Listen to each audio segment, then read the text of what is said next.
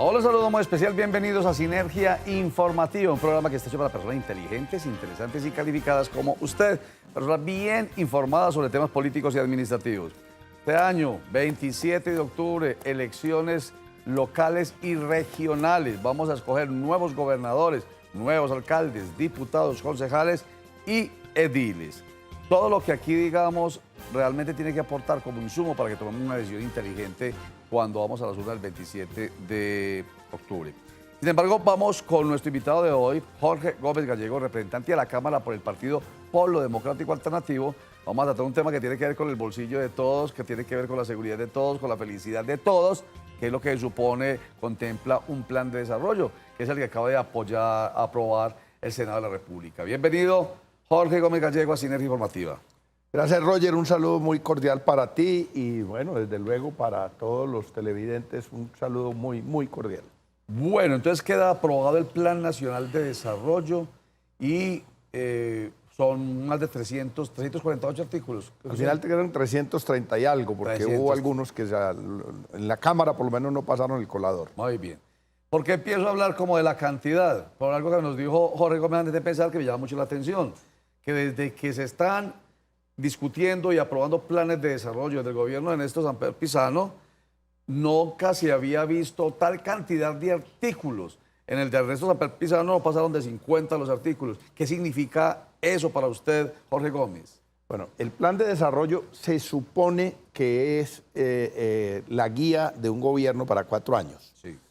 Y en sana lógica, lo que debiera incluir el plan de desarrollo son los objetivos, dijéramos, el marco teórico de lo que quiere hacer un gobierno, sus objetivos generales, sus metas específicas, la medición de las metas, cómo se van a medir, o sea, desnutrición infantil, de tantos niños que hay desnutridos, a cuánto aspira a bajar, ¿cierto? Sí. Y el plan plurianual de inversiones, es decir, cuánta plata se aspira a recaudar y gastar para atender esas obligaciones. Sí. Dijéramos que así se concibió el primer plan de desarrollo, que es fruto de la Constitución del 91, y tenía 46 artículos, y hoy casi que llega a 350, porque hay una fisura, y es que en el plan de desarrollo se pueden hacer modificaciones legales. Se pueden modificar leyes ordinarias y leyes estatutarias. No. Se pueden modificar. ¿Con el plan de desarrollo? Con un problema gravísimo. Dijéramos, yo no tendría problema en que se modifiquen leyes en el plan de desarrollo, pero el gobierno abusa de una atribución que tiene de darle el visto bueno a los artículos o normas que el Congreso quiera introducir. Es decir, para decirlo de alguna manera, en el plan de desarrollo no puede aparecer nada que no tenga el visto bueno del doctor Carrasquilla o de la doctora Alonso, directora de planeación. Y eso es gravísimo porque suplantan al Congreso. Claro. Cuando hay una serie de normas que se debieran discutir en el Congreso con el riesgo de que el gobierno gane o pierda. Aquí no tiene riesgo, aquí gana o gana. Pero deje, Jorge Gómez Gallego, para que de manera muy concreta y rápida planteemos alrededor de los comentarios que usted hace un análisis corto. Empezamos por este. O sea que en un plan de desarrollo se pierde la separación de poderes. Usted está diciendo, si el presidente a través de su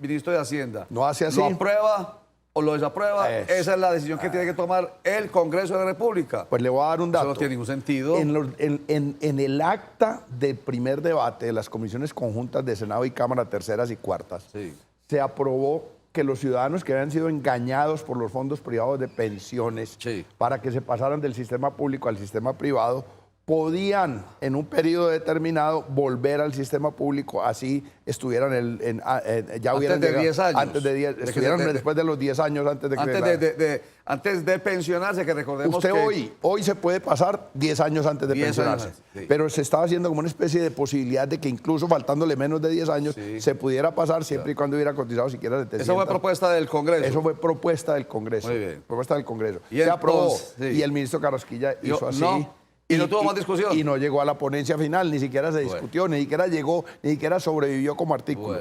Lo de los aranceles de los confeccionistas, sí, estuvieron tentados a hundirlos. Lo que pasa es que la presión social era tan grande que les tocó mirar para otro lado, pero ya amenazaron que lo van a demandar, ¿cierto? Ya el ministro de Comercio Exterior. Recuérdenos lo de los aranceles.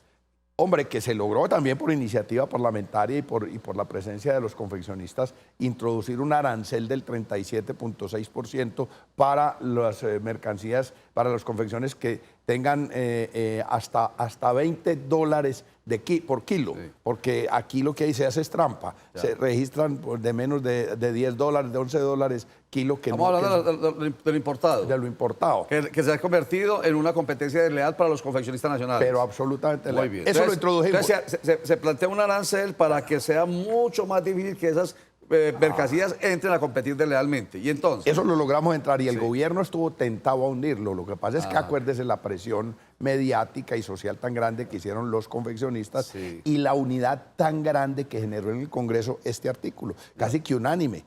Nosotros hicimos una rueda de prensa donde estábamos las centrales obreras, los empresarios del sector confecciones y parlamentarios de todas las bancadas del polo, incluido hasta el Centro Democrático. Entonces el gobierno dijo, voy a dejar pasar esa para que no me arme mucho escándalo, pero después la demando. Ya. Pero fue lo único que pasó, dijéramos a regañadientes. De resto pasó todo lo que el contra gobierno la quería. voluntad omnímoda del Ejecutivo en los planes de desarrollo, que es lo que está planteando Jorge Gómez Gallego, que es el gran pecado, yo no lo sabía, de los planes de la discusión de un proyecto de ley de plan de desarrollo como este que acaba de ser aprobado. Y así es el presupuesto. Y el presupuesto también, el proyecto general, proyecto de plan de presupuesto general de la Nación.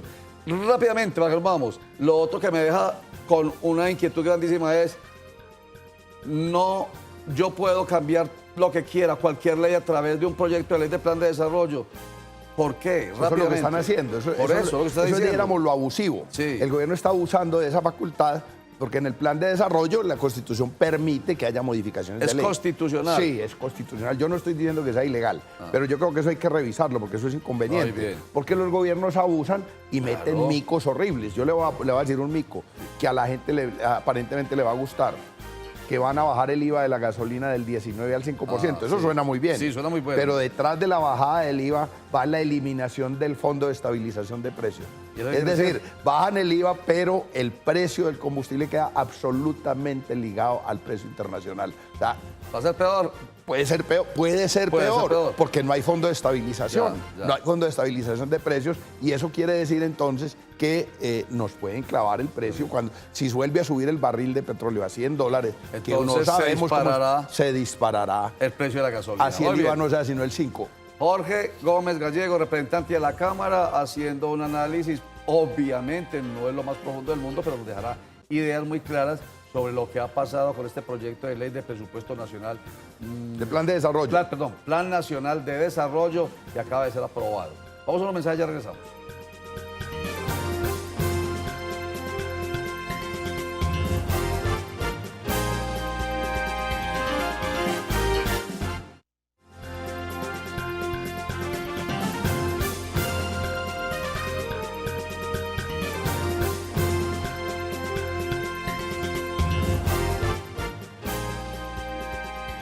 Estamos conversando con Jorge Gómez Gallego, él es representante de la Cámara por el Partido Polo Democrático Alternativo. Estamos tratando el tema del Plan Nacional de Desarrollo que fue aprobado en el Congreso de la República. Vea, este bloquecito yo le voy a permitir a usted que lo vaya diciendo, pero de manera muy corta, uno a uno, los temas que para ustedes son los que definitivamente deben disparar las alarmas.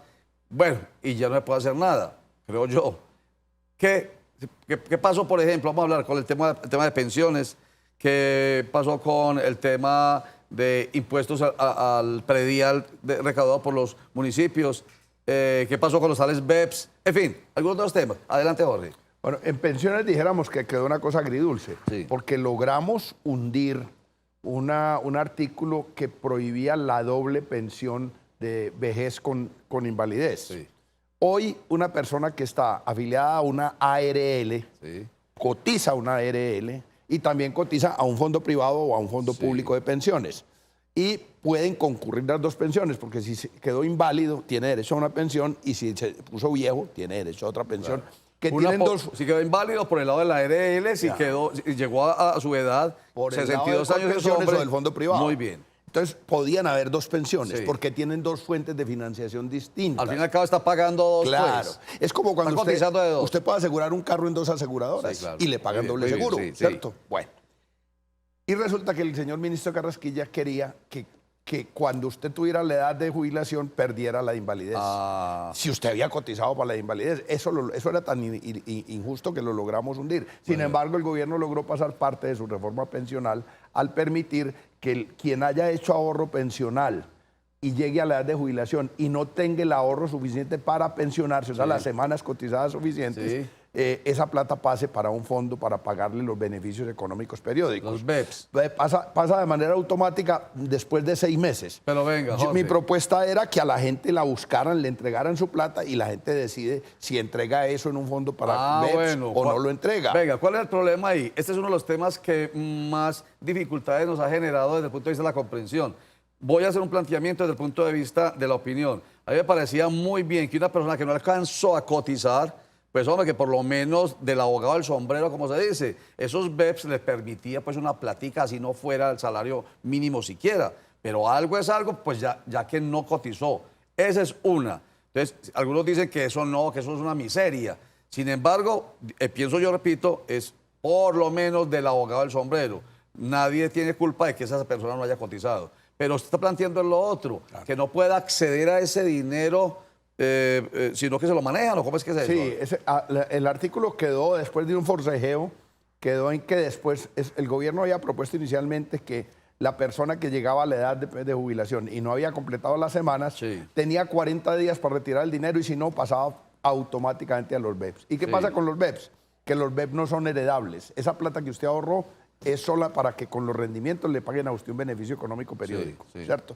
Que es una minuda, eso es como 120, 200 mil pesos, eso es como una limonita, ¿cierto? Realmente no es mucho. Y en la mayoría de los casos, si usted hace las cuentas, el ahorro pensional es mejor que se lo entreguen a la persona y monte un negocio, compre un taxi, compre una granera, una salsamentaria, tiene más posibilidades de esa forma, además eso ahorro... ¿Crea que gaste la plata de una vez, mal gastada? Pero es que esa es una responsabilidad individual. O sea, es que, pero haciendo las cuentas, es posible que en lo que usted ahorró sea más práctico tenerlo en una inversión, en un CDT, o en un granero, en una salsamentaria, en un taxi, o en cualquier otro negocio, o en un emprendimiento. Puede darle más plata que lo que le da los BEPS. Entonces, ya el ciudadano, esa es plata de ahorro del ciudadano, que el ciudadano debe tener derecho a decidir. Y cuando pasa automáticamente, hay mucha gente que no se da cuenta que llegó a la edad de pensionarse, no completó las semanas y dijo no completé la pensión y deja pasar el tiempo y entonces eso pasa automáticamente a ellos. Yo sí peleé mucho que a la gente se le buscara, se le entregara su plata y se le preguntara, ¿usted quiere que esto quede en un fondo para pagarle unos BEPS o quiere que le entreguemos la plata a usted montar un negocio? ¿Entonces cómo quedó? Quedó que pasa automáticamente, pero después de 6 meses. O sea, quedó un placito un poquito mejor. La persona puede en 6 meses decidir reclamar la platica. Sí, pueden 6 meses reclamar la platica. Pueden 6 meses reclamar la platica. Si no la reclaman 6 meses, entonces ya sigue recibiendo cada mes 150.000 pesitos. O 200.000, dependiendo de lo que ahorró. De lo que haya ahorrado. Vuelvo a decir, ahí pues sí, ya estoy tomando una posición, ustedes son los expertos, pero siempre lo he pensado, del abogado del sombrero, pues si yo no fui capaz de ahorrar durante 1.300 semanas, que es lo que se necesita, yo no lo quise hacer, incluso mucha gente no lo quiso hacer, pues entonces llega el momento en que tengo que o ser castigado o ser premiado. Si ahorró y cumplió la edad, pues es premiado con una buena pensión. Ni siquiera con una buena pensión, porque usted cree que es mucho una pensión de un salario mínimo. Pues tampoco, pero por lo menos algo es algo. Sobre todo que le descuentan el 12 para salud. Exactamente. Oiga, a propósito, eso nos volvió a tratar el tema de pasar del 12 al 4. Yo soy ponente del proyecto de ley 08 de 2018 que revive esa idea de que los pensionados no tengan que cotizar el 12 sino el 4. Perfecto. Y le voy a contar, vamos en esto. El gobierno nos hizo una propuesta que es una propuesta inaceptable. ¿Cuál? Que aceptan bajar la cotización, pero del 12 al 10. Y solo para los de salario mínimo. Nosotros le hicimos una contrapropuesta y la aprobamos ya. Los que estaban en contra del proyecto en la Comisión Séptima y los que estamos a favor, acordamos que vamos a modificar y vamos a votar esta semana el proyecto de ley en primer debate, proponiendo que sea hasta 5 salarios mínimos y que se baje 2 puntos porcentuales año a año hasta llegar al 4%. O sea, en eso hay unanimidad en los ponentes que estaban en contra, la que se presentaron ponencia negativa, hicimos un acuerdo. Vamos a aprobarlo en primer debate de esa forma. 12 el primer año, 10 el segundo año, 8 el segundo año y a llegar hasta 6 y a llegar a 4. Hasta llegar a 4, y pero solo no hasta para, salario.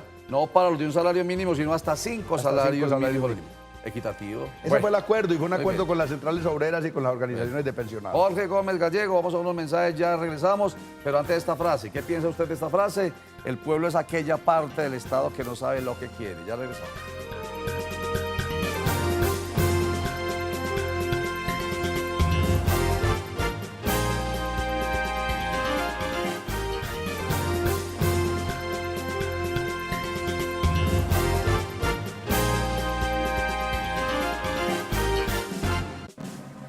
El pueblo es aquella parte del Estado que no sabe lo que quiere.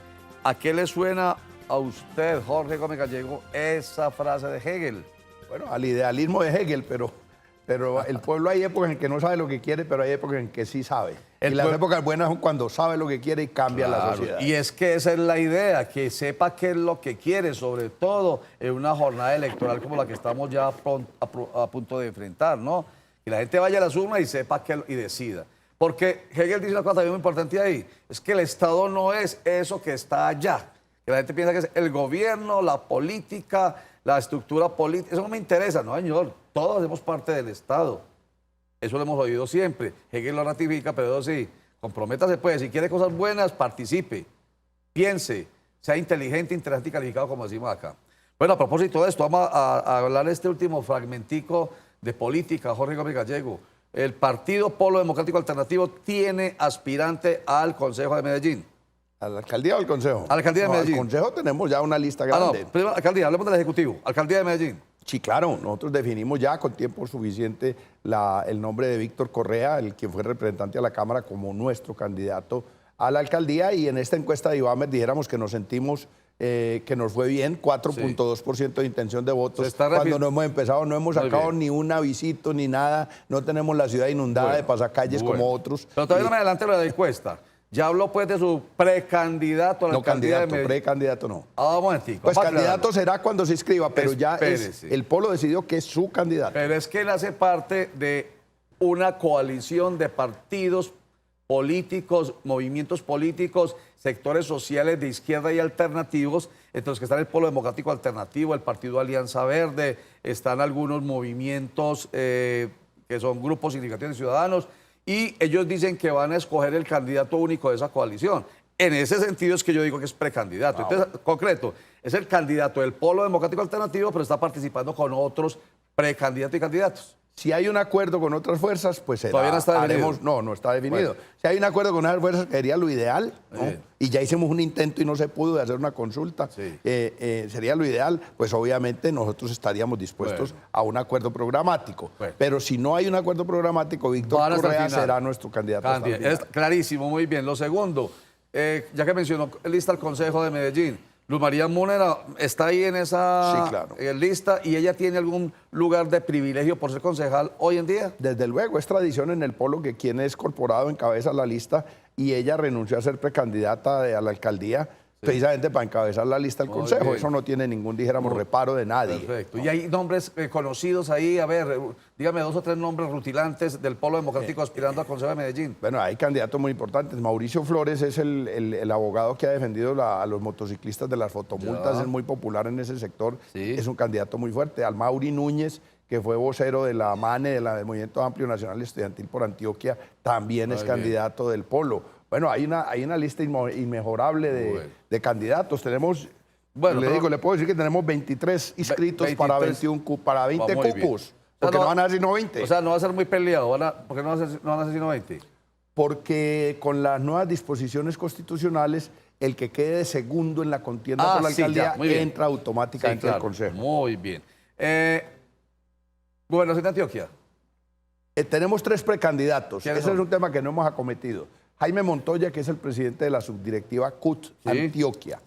Héctor Hoyos, quien fue nuestro candidato a la alcaldía en las elecciones pasadas, que es un abogado constitucionalista y administrativista. Y José Luis Jaramillo, que es un sociólogo, defensor de derechos humanos, que es homónimo de uno que fue candidato a la gobernación, pero no es el mismo, que también se inscribió como precandidato. Esos sí son precandidatos, porque la coordinadora departamental, yo creo que a final de este mes debemos tomar decisiones sobre ¿Cómo lo van a hacer?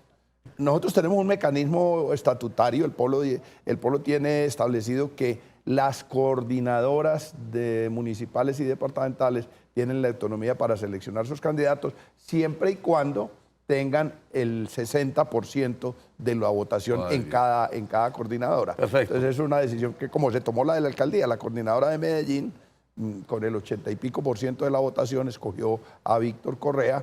Vamos a ver para gobernación. A ver, ¿quién escoge de los tres? De Jaime Montoya, Héctor Hoyos y José Luis Jaramillo. Y rápidamente, ya que mencionó usted la encuesta de Inbamer para Blue Radio, para Caracol Radio y para la revista Semana, entonces aparecen en intención de voto 3 del Partido Centro Democrático. Primero, Alfredo Ramos. Segundo, Ana Cristina. Tercero, Jaime Mejía Albarán, con 20.9, 15.7 y 10.8 respectivamente. Luego viene el concejal del partido de la U, Jesús Aníbal Echeverry. Luego viene Daniel Quintero con 8.2, Jesús Daniel Echeverry con 9.1, y de ahí iba bajando hasta llegar al 4.2% de su candidato, que hasta el cero.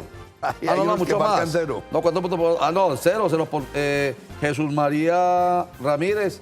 Chucho Ramírez está con 0%, está con 0% Enrique Olano, está con 0.8 César Hernández, está con 0.9 Santiago Jaramillo, está con 1.7 Jairo Herrán. Bueno, está con 2.6, me llama la atención esto, Santiago Gómez, el del alcalde, está con 2.6. En fin, ¿qué le suscita a usted rápidamente estas posiciones que le entrega esta primera encuesta, digamos, de conocimiento nacional de candidaturas? Bueno, es un reto porque si usted mira la encuesta, dijéramos, los partidos tradicionales que han gobernado la ciudad en los últimos años, pues están ahí, sobre todo este último periodo, están ahí de primero, ¿no? Sí. Está de primero el Centro Democrático. Y si usted suma lo del Centro Democrático, uno que otro que es más o menos de la misma corriente, pues podría decir uno que tiene más del 50% de intención de voto hoy. Sí, pero para la fuerza alternativa se volvió un reto. Primero, para hacer un trabajo intenso para posicionar los nombres de quienes no hacen parte de ese sector. Y segundo, para buscar entendimientos para tener un candidato único que confronte al candidato único, que seguramente será una alianza del uribismo con la fuerza del alcalde. Y yéndonos para Bogotá, llama la atención que Claudia López, de la Alianza Verde, candidata a la vicepresidencia, tiene 45.9% de intención de voto. Y hablemos del suyo, Celio Nieves, se llama, es concejal de Bogotá. Muy bajito, 0.9. Bueno, ¿eso qué le suscita? Si usted mira el porcentaje por partidos políticos que apoyan a Claudia, Claudia se lleva una alta votación de la base polista. O sea, esa es una explicación. Claudia aparece en Bogotá como una candidata de los alternativos, de izquierda. Entre los que están los polistas. Claro, y entonces los polistas, y hay una cosa muy curiosa en las encuestas. La gente en las encuestas opina a favor del que cree que va a ganar. Y muchas veces también vota por el que cree que va a ganar.